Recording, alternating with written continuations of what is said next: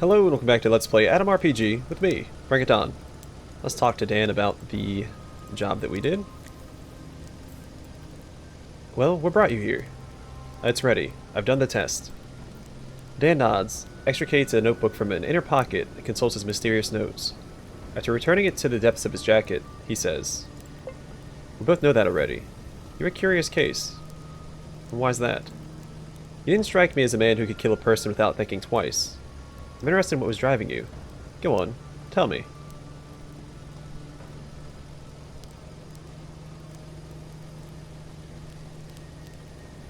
The man had suffered enough. A bullet would simply be an act on mercy. Darn. Just what fate has dropped in my lap. A soft-hearted fool. What could be worse? Your kindness caused so much crap in this world, it's impossible to clean up after you. Well, if we could find a way to channel your rather questionable values, they might serve us. But then the question arises, how can I use you? Well, that is for you to decide. Alright. I had another job in mind at first, but seeing as you're such a weirdo, I'll give you a different task. I want you to deal with some very, very bad guys. Let them experience your mercy, as you call it. Tell me the details. There's a hut not far from the factory, where a group of adventurous guys decided to brew moonshine. There's no shortage of customers for booze, so they're doing quite well.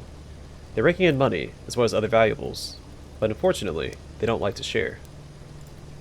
Your task is as simple as the design of a mace. Go to their den and convince them to side with us. Take whatever measures you see fit. In other words, the moonshiners must either pay us for our protection, or lose everything.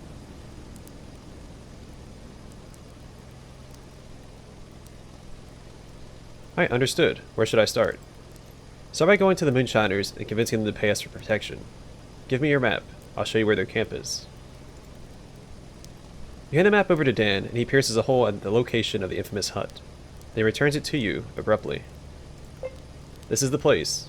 You got your task right. Alright? Now go. Wait, are you going to pay me? If I give you a job, it means I will pay for it. Don't bother me with stupid questions like this. I wanted to talk about the captive. Now that's interesting. And what did you want to discuss? Who is he? What's he doing here?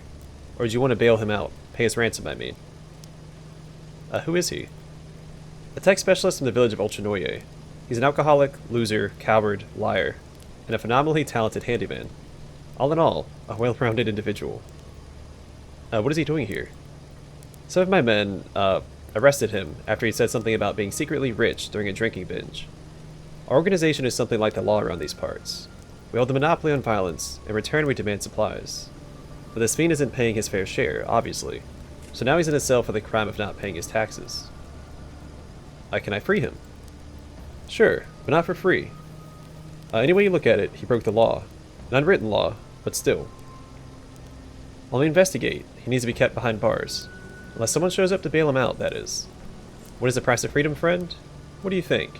In cash terms, I mean. Depends on the seller. In that case, 500 rubles and he's free to roam. No barter, no wordsmithery, just money pure and simple. Maybe there's a way I can get him off your hands a little cheaper. What do you think, Denis Denisovich? He's not worth your time, not to mention the waste of food. You're not wrong. It's not exactly rational to keep wasting resources on this clown. Okay, I give him up for 250 rubles. That's half off. Well, here it is. Give him the money. Hand over the sum to the bandit leader and he counts it, repeatedly wetting his fingers with his tongue.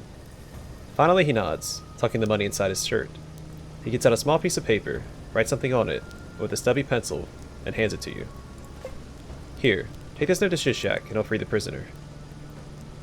I can ask some more questions.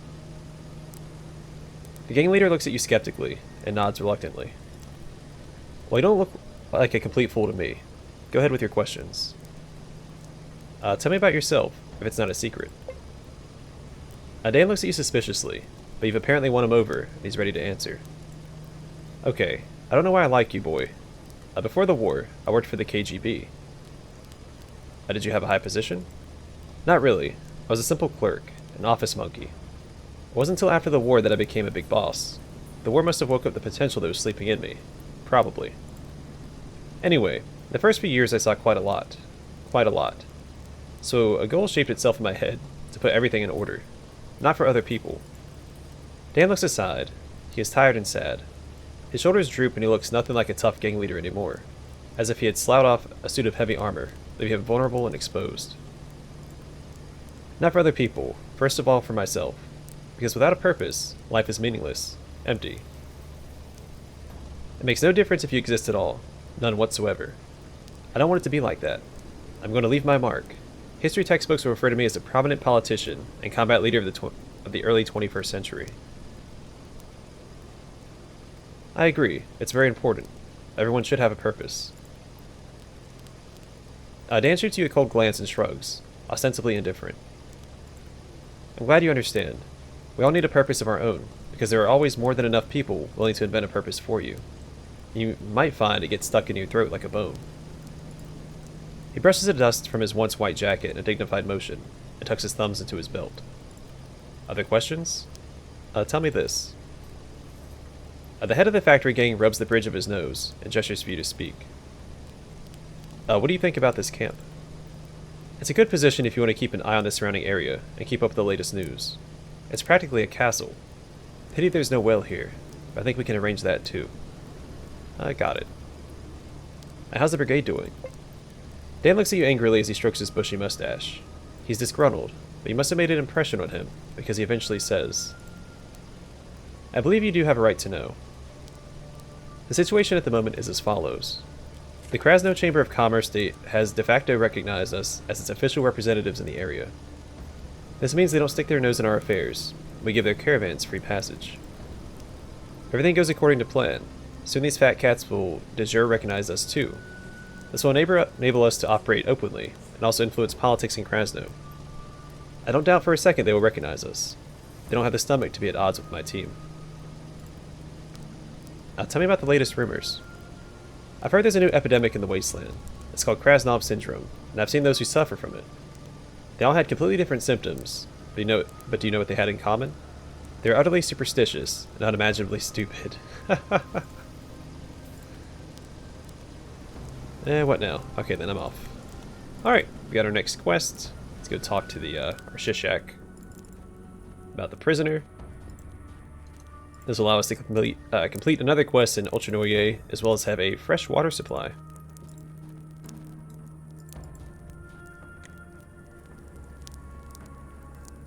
Before you stand Shishak, a broad-shouldered man with cold, cruel eyes.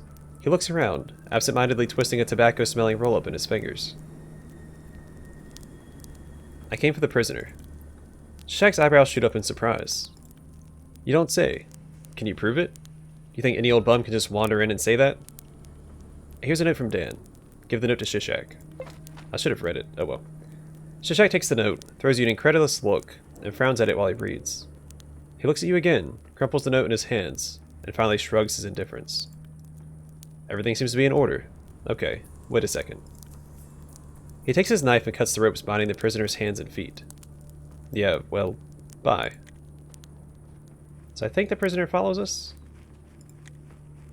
The man nods and sniffs, glancing nervously at the surrounding area. Oh, hey brother, what's what? How are you feeling? Considering the circumstances, quite well actually. Knock on wood. Nothing to complain about. Can I ask you a few questions? Maybe later. Don't get me wrong. I'm grateful that you saved my sorry butt. It's just that I don't want to spend any more time here. Alright. So right now he's acting as a companion. Which, by the way, I haven't demonstrated that. Fidel. Fidel is quietly whistling some tune to himself. Seeing that you want to talk, he nods encouragingly. What is it, Donnie? So how are you feeling? This will check their health. You can give them medicine through this menu as well. Tactics. Of course, right now, for example, I'm energetically running across the war zone, chasing down the enemy, behaving like an exceptionally heroic way.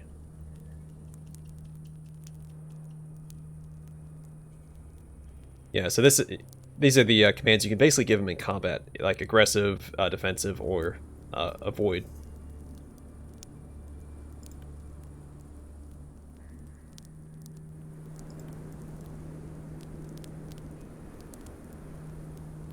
Attack the one that I'm attacking right now. Right. Now I shoot, but I'm really careful. I never back out of a fight. Attack whomever you attack, and I heal up if wounded.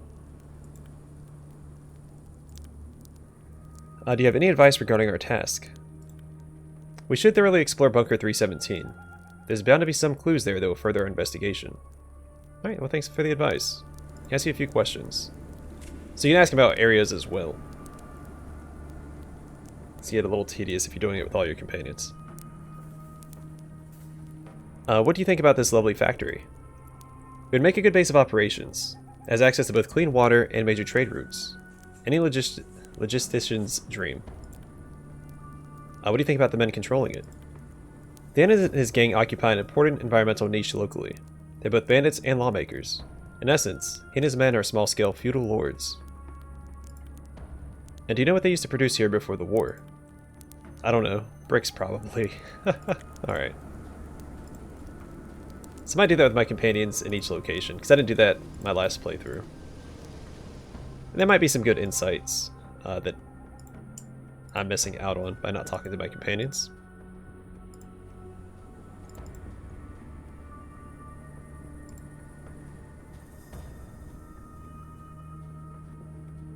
So we're going to go back to Otradnoye. We'll return the handyman to Otradnoye.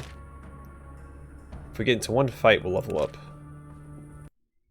And then we can get the doctor to come and help out that one guy. That's 2 quests done, so I should level up this episode regardless. Even if it's not from a fight, the quest experience would do the trick.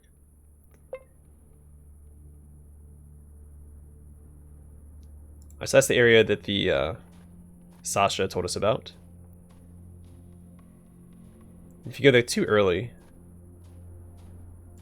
let's go there now. It is nighttime. I don't want to squander this chance. Alright, some rats and bugs. This will be a level up for me, and Zulbars. Which, by the way, I had looked up the name Zulbars because I didn't know if it was a if it meant anything. The only thing referring to Zulbars that I could find was a reference to an old movie, I think 1936 was when it came out, called Zulbars, which was the name of a sheepdog in the film, if I'm not mistaken.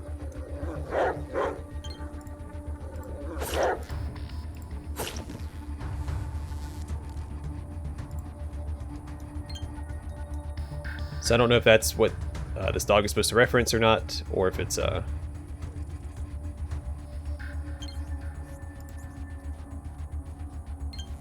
something else. Took 0 damage because of the shield that I have.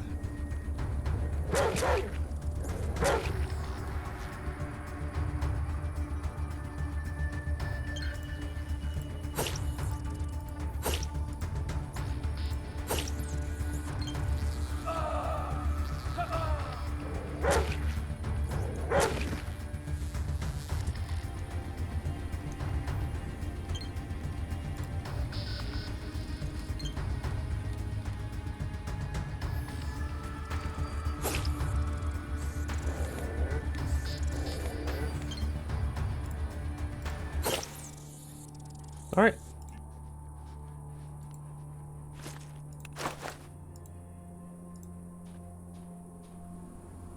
So yeah, I still don't know if Zulbars means anything. I couldn't find anything on the old internet outside of that movie reference. But there's some neat trivia for you, potentially. Again, if that's what they're referencing with his name. Which I don't know, maybe I need to talk to him. Because the collar that we gave him said Zulbars on it, but he still shows up as Wolfhound here. Let me talk to him. Zulbar's pants, sticking his wide tongue out. When he notices you look at him, he barks cheerfully. Examine the dog, so we check out his health. Give the order. Stroke the dog. The dog puts his head under your hand and licks it from time to time. Give the order. So I don't think he'll listen to me because I don't have a... Oh, wait. Oh, okay. It does work. See, here it says Zulbars as well. You attract the attention of the dog, and it calmly sits before you, nodding its head sideways. He has free roaming capabilities during the battles. Zulbars, yeah, stay close. Zulbars barks happily. He'll stay by your side from now on. Alright. And he leveled up.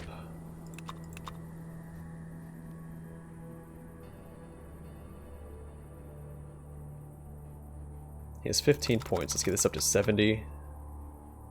Then I'll put 5 points into this and then 2 points into this. Actually, let's do that the other way. 5 points into this and 2 points into this. How much health did he gain on that? 2 points, I think? Wait, did I not level up?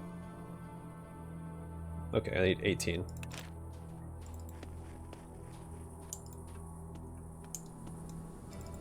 For the next couple of levels, I'm going to put all of my points into Speechcraft. Because again, I'm trying to get into Krasno without paying rubles.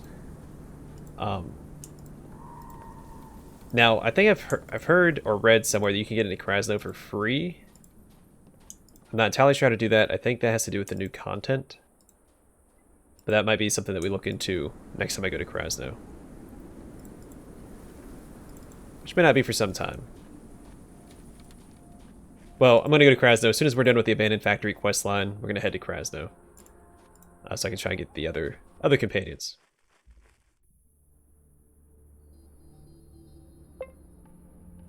But first, let's go here. We deal with this encounter. I'm a little hungry. What do we got? I'm going to eat this beet. Oh, there we go.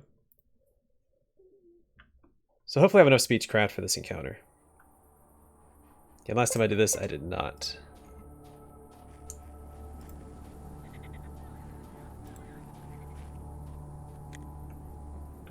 You notice a group of suspicious men on the clay shore. You take one more cautious step when all the gathering turns to you.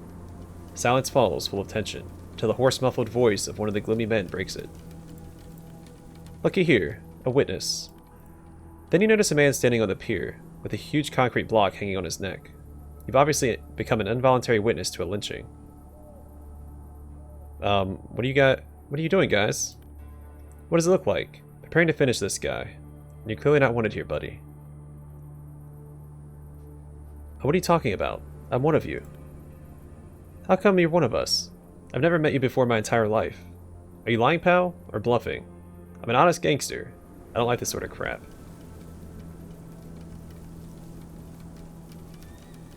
I'm not lying. I've come here especially to check on how you're getting on. A huge guy in a gas mask is silent for a second, then nods and waves his hand. Well, maybe. Who sent you here? Was it Beard?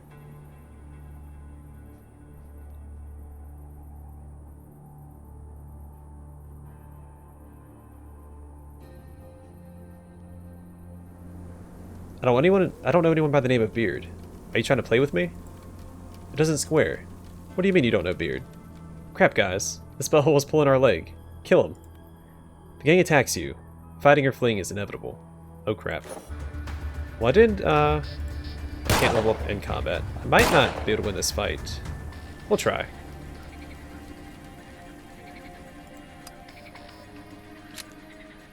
These guys should be pretty easy. He's gonna be the only threat, it looks like. I mean, he has a gun too, but... Oh, wow.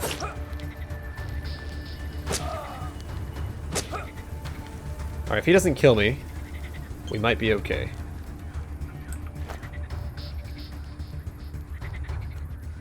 I thought I had... There it is.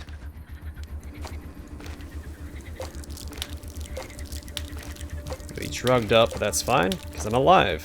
That's all that matters. Oh, darn. Oh, darn.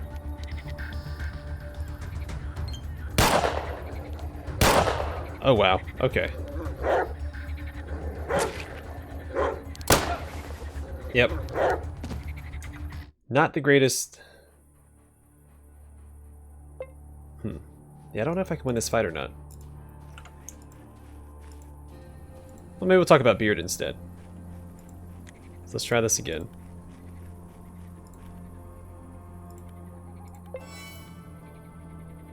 Alright, yep, strange as it may sound, it was he who sent me here. Craphead.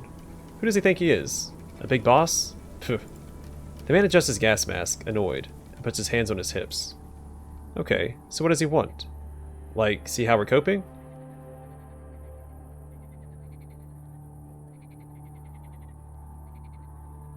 He wants to make sure everything's alright, and you're not causing any unnecessary mayhem. The huge guy nods in the direction of their captive, who hunches on the wooden pier. We're arranging for this guy a hot date with the lakefish. What has he done to deserve the punishment? Strange you don't know. Well, he wanted to pull out of the job. And everyone knows you only leave this kind of job when you kick the bucket. But this crap of a man doesn't even need a bucket. And what kind of job are you talking about? Wait, so you know about the job? Wait a sec. Crap guys. This freak is pulling our leg. Let's deal with him. Okay, I'm gonna reload. Maybe if I get the first move, I'm able to pull this off. I don't know. I don't think I can win this fight. We'll try it one more time. If it doesn't pan out.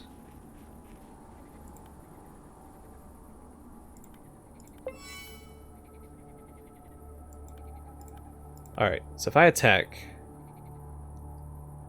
I don't know what he wants, but I want is to kill you all. Alright, so I get to go first, which is ideal. 2 attacks off on this guy. I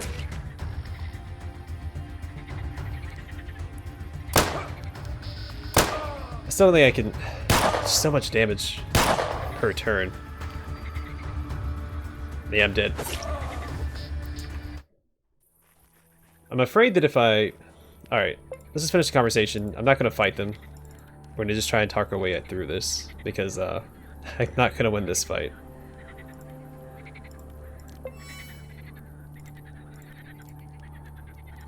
Alright, we've read all this already. Okay, guy, it was fun and all, but the captive is mine now. Now that's new. Why is it yours all of a sudden?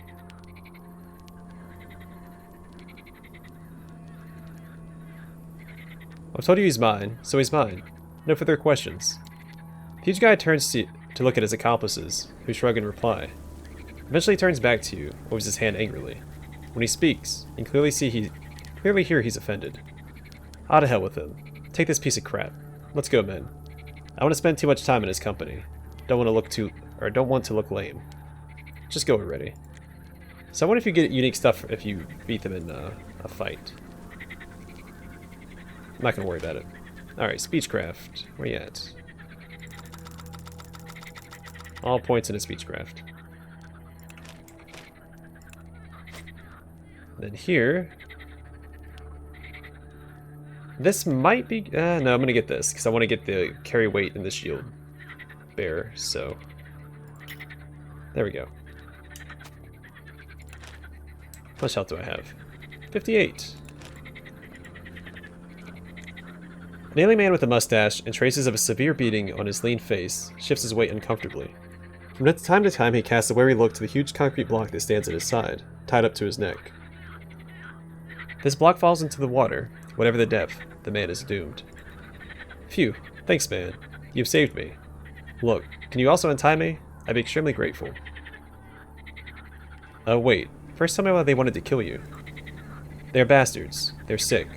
First they beat me up. Me. A humble traveler. Then they wanted to drown me. Beasts. Untie me, man. I'll tell you everything down to the tiniest detail. I don't feel like telling anything to anyone while I'm all tied up. Okay, I can try. Untie the captive. You fight with the tight knots, setting the captive free at last. He raises to his feet, growling, and rubs his numb extremities. He casts a look full of hatred to the concrete block, and turns to you and smiles, a bit guiltily. Crap, man. I'll be grateful to you until the day I die. Sure. Can you walk? Seems so. Boy, that was a close call. You're a true hero, an exemplary man. I wish we could have more of your likes. Yeah, well, how'd you end up in this crap? Yep, 1 second. Alright, there we go. I'll be completely honest with you, man. So I was driving my truck, not bothering anyone. I'm a driver with a commercial company, at 100 kilometers per hour, or maybe even more. I opened the window to breathe some fresh air when I saw a fallen tree on the road. I thought to myself, that's not good. I should take it away. So I stopped and got out of the car. Then these bastards surrounded me, pointed their guns at my face, and what could I do? I didn't want to die. I said, guys, please don't hurt me. Take everything. So they did. But instead of letting me go, they started beating me. This took a lot of time, then poking their boots at my kidneys and all. Then their chief, the one you saw, said in his nasal voice, "Now let's drown him," and burst into this crazy laughter. They tied me up, tied this block to my neck. I was certain I was done for. All hope was lost. And then you turned up, man. And well, you know the rest. The man coughs, avoiding your gaze. You're under the impression he's not entirely honest with you, or perhaps is blatantly lying to your face. If you keep on lying to me, I'll hurt you. The man hesitates and looks around nervously. Then he lowers his arms as if giving up, and heaves a deep sigh. So you don't believe me? Crap. Well, you see... Don't be mad at me, man. Well, I used to work for these bastards. I had to. They made me. Right. Start from the beginning. Well, the thing is, these bastards, they were slave owners. Now, I was telling the truth. I'm a truck driver. I work for for merchants. I deliver goods. So I have a big truck. I drive at a high speed. And they made me... crap. I was trafficking slaves. They're intimidating me, blackmailing. Maybe paid something extra too. At first, I didn't know that I was trafficking people. Honestly, I thought it must be smuggled goods or something, weapons or even drugs, but not slaves. Only found it out much later. And how did you find out? And why didn't you find out earlier? Why? You spent half a day driving, lack of sleep, all that. And you stop at some house in the designated place. They don't allow you to go out. There's noise outside. Then they slap the door, which means you can go to a certain destination. Don't worry about the police, they say. They're part of it. You're not allowed to peek in the back of the truck until you unload. If they learn about it, they'll kill you. So you just drive. Sometimes you hear voices, knocking, noises, but you turn a deaf ear to it and drive on. I'm not proud of myself. So, and then I saw it. By this time I was suspecting it already, or rather started feeling pangs of conscience, because in truth, I knew it for quite a while. Keep on listening in silence. The man coughs muffledly and spits a clot of blood on the creaking boards of the pier. In short, I started regretting this whole shebang. You know, man, I couldn't sleep at night. When I came home, I couldn't look into my wife and kids' eyes. I learned more and more about how they work. They catch simple folk on the roads, buy captives in the north, buy kids in famine-stricken villages, or sometimes even kidnap them. And what do they need slaves for? What do you mean, what for? For many purposes. Some grown-ups they use for all kinds of work, children for private armies, and the rest, well, you know. Don't make me say it, man. You know what other use they can find for a slave. Nod silently. So, I was sick of it. They have a man in the north, not far from here, in the border guard fortress. He's a soldier. His name is Beardov, and he has a beard too. So, Beard is his nickname. He always lets the trucks with the slaves pass. He seems like a nice enough guy. I thought he was maybe forced into it too, and felt bad about it, just like me. So I stopped there once not long ago and said, "Listen, Beard, I can't do this anymore. Could you put in a word for me? Tell them I'm sick or gone crazy or something, so they don't give me this job anymore." He was like, "No problem, bro. Go on your way. This will be your last mission. I'll see to it myself." And he did, apparently. The rest about the tree in the road and beating is true. And you know what happened afterwards. The man lapses into silence and casts a sad look into the serene lake. You're expecting some kind of feedback from me? Probably. I don't know.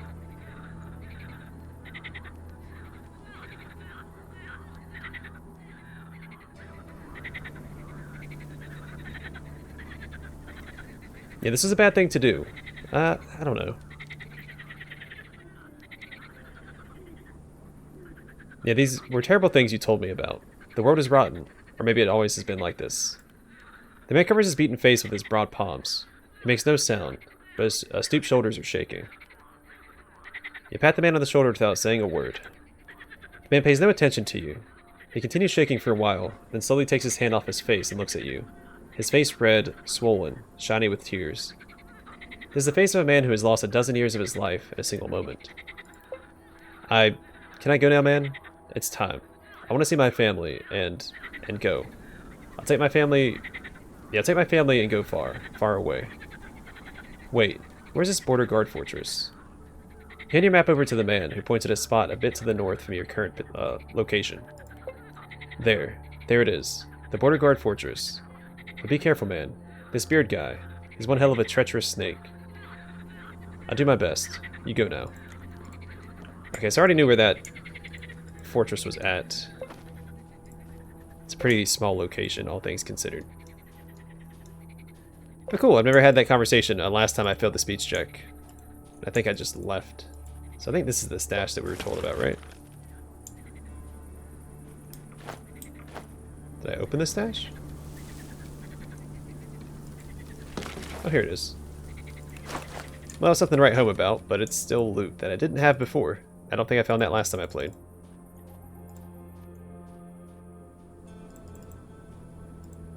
So I will take it.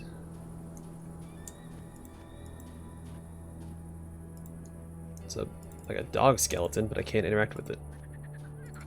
But I don't think I've ever seen that before in the game. Okay, well, let's head to Otradnoye. We'll turn in these 2 other quests. I think we have to give an update to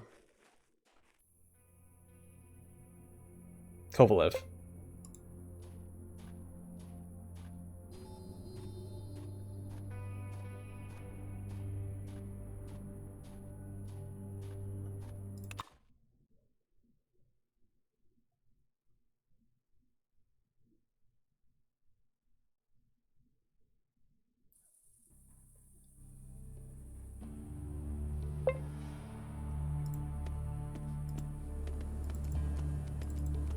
So I'm going to assume the handyman, he's usually over here. I don't know if he got that working or not. He didn't follow me in, right? Alright, first things first, let's go talk to the doctor. So I know where he's at.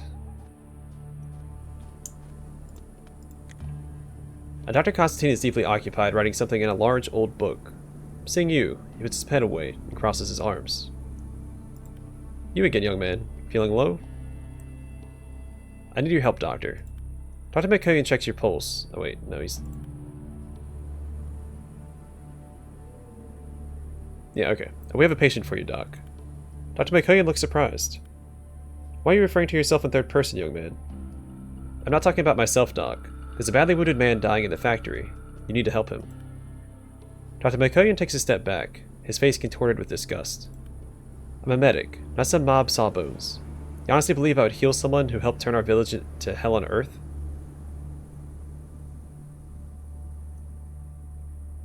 Yeah, but he says he was wounded protecting the people of Otradnoye from a raid. The doctor's face turns beet red. Even if I believed you, nobody asked for the bandit's so-called protection. If he got himself wounded, it's on his own darn fault and no one else's. But his intentions were good, Doc. Have good intentions ever led to something bad? Huh? Like ever? The doctor still looks appalled, but something tells you he's coming around. Fine. Supposing I would even consider such an argument, where were these good intentions of your new friends when they looted the village but a month ago?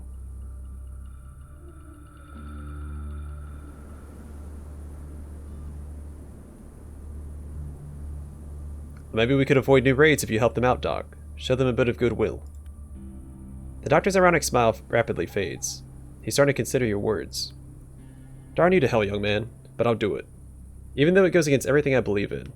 Who knows? Maybe these savages will spontaneously grow a conscience after I help out one of their buddies. Time will tell, but by gum, I'm going to get that fallen criminal on his feet again. I'm leaving for the bandit camp right now. Just need to pack my bag of medical supplies. Alright, maybe I can sell him some stuff real quick before he goes. He has a lot of money on hand.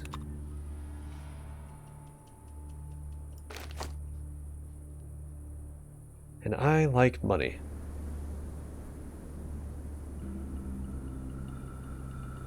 I'm gonna hold on to the nails for now, because I can use that for special bait.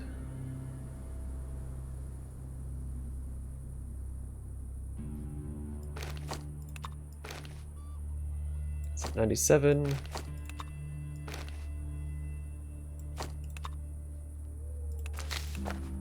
Oh, thanks, Doc. I always believed in you. I was hoping he'd get up and leave so I could break into his locker, but I guess that'd be a little too easy.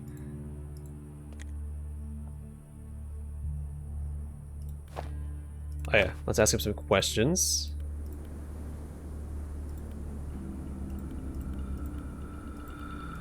Alright, so it's not letting me try that speech check now. Maybe it's still not high enough for his quest. I guess maybe I'm not going to get to do that. Let's talk to Kovalev real fast.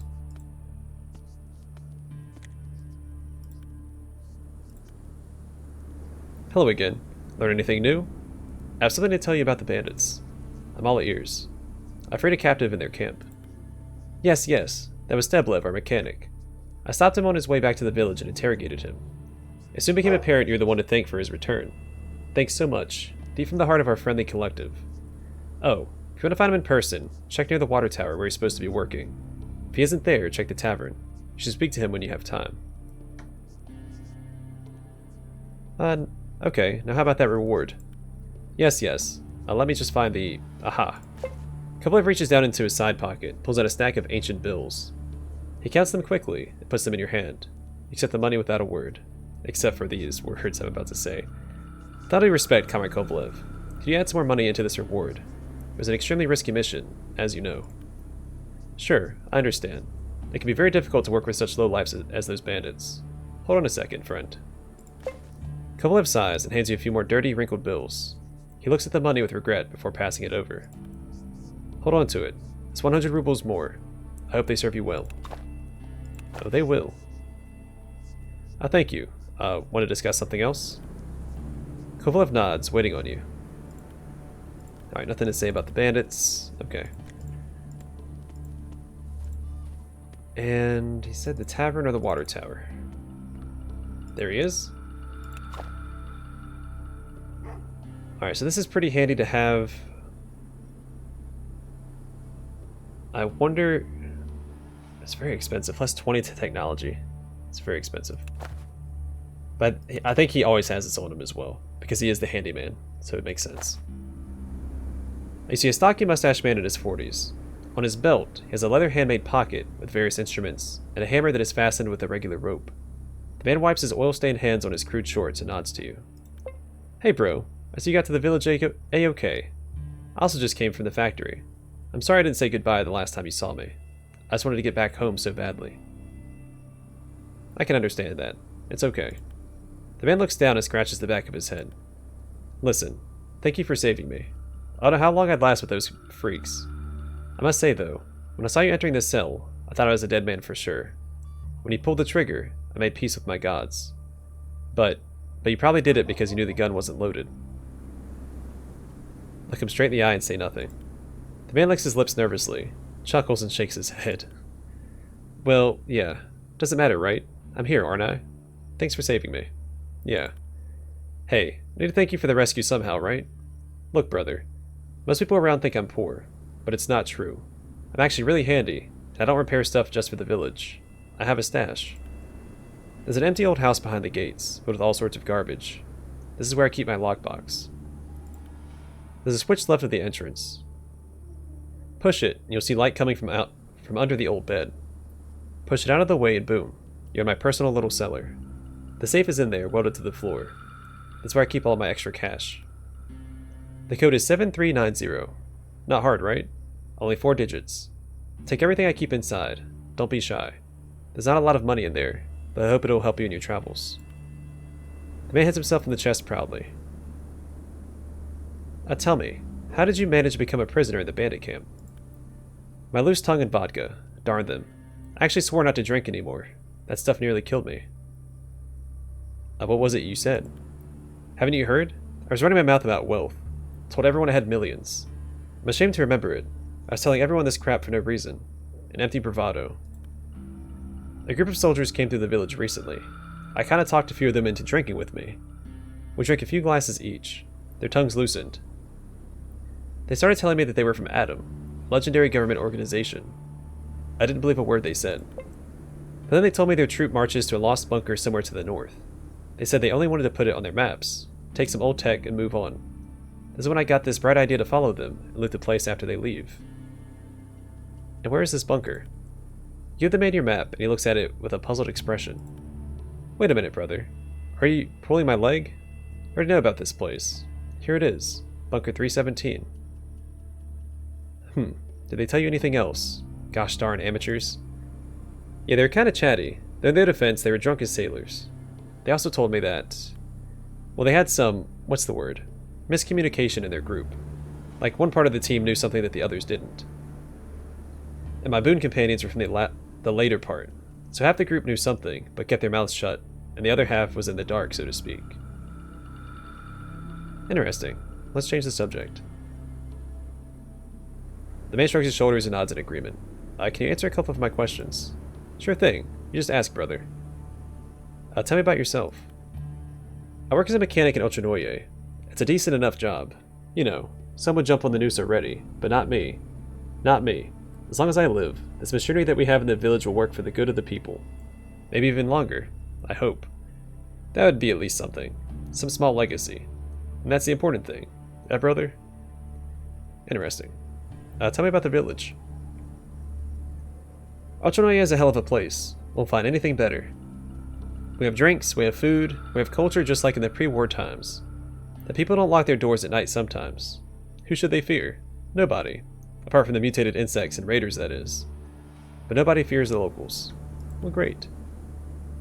Tell me some rumors. They say there is a poisoned river near the mountain range. A bomb hit it, probably. Or it's a weird mutation of some water bacteria. Or just folk tales. I don't know. But still, anyone who drinks from that river loses all of his or her memories. Clean slate style. The old man who told me this tale was so scared of such a prospect. If I'd have a bucket of that forgetting water, I'd drain it whole. Yes, sir. A whole bucket. Right down my throat.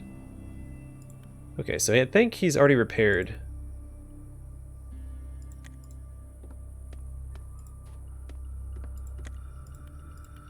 $7,390. So he should have repaired this already, I think.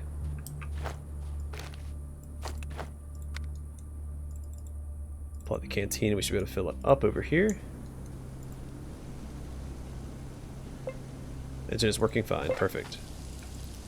Alright, cool. Now we have a container full of water.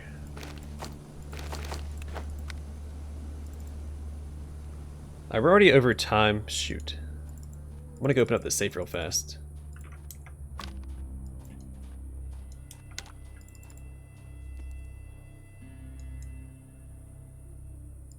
So let's do that. That way we can leave Otradnoye. I can meet you guys back at the abandoned factory next time.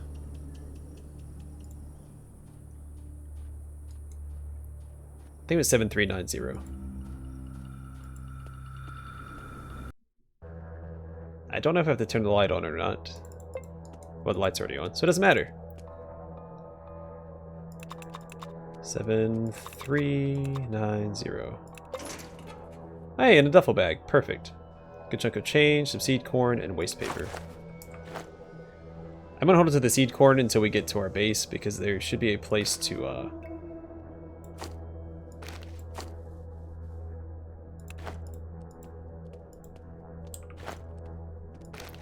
gonna hold on to the bag. I'm not gonna use it right now, because I have plenty of carry capacity.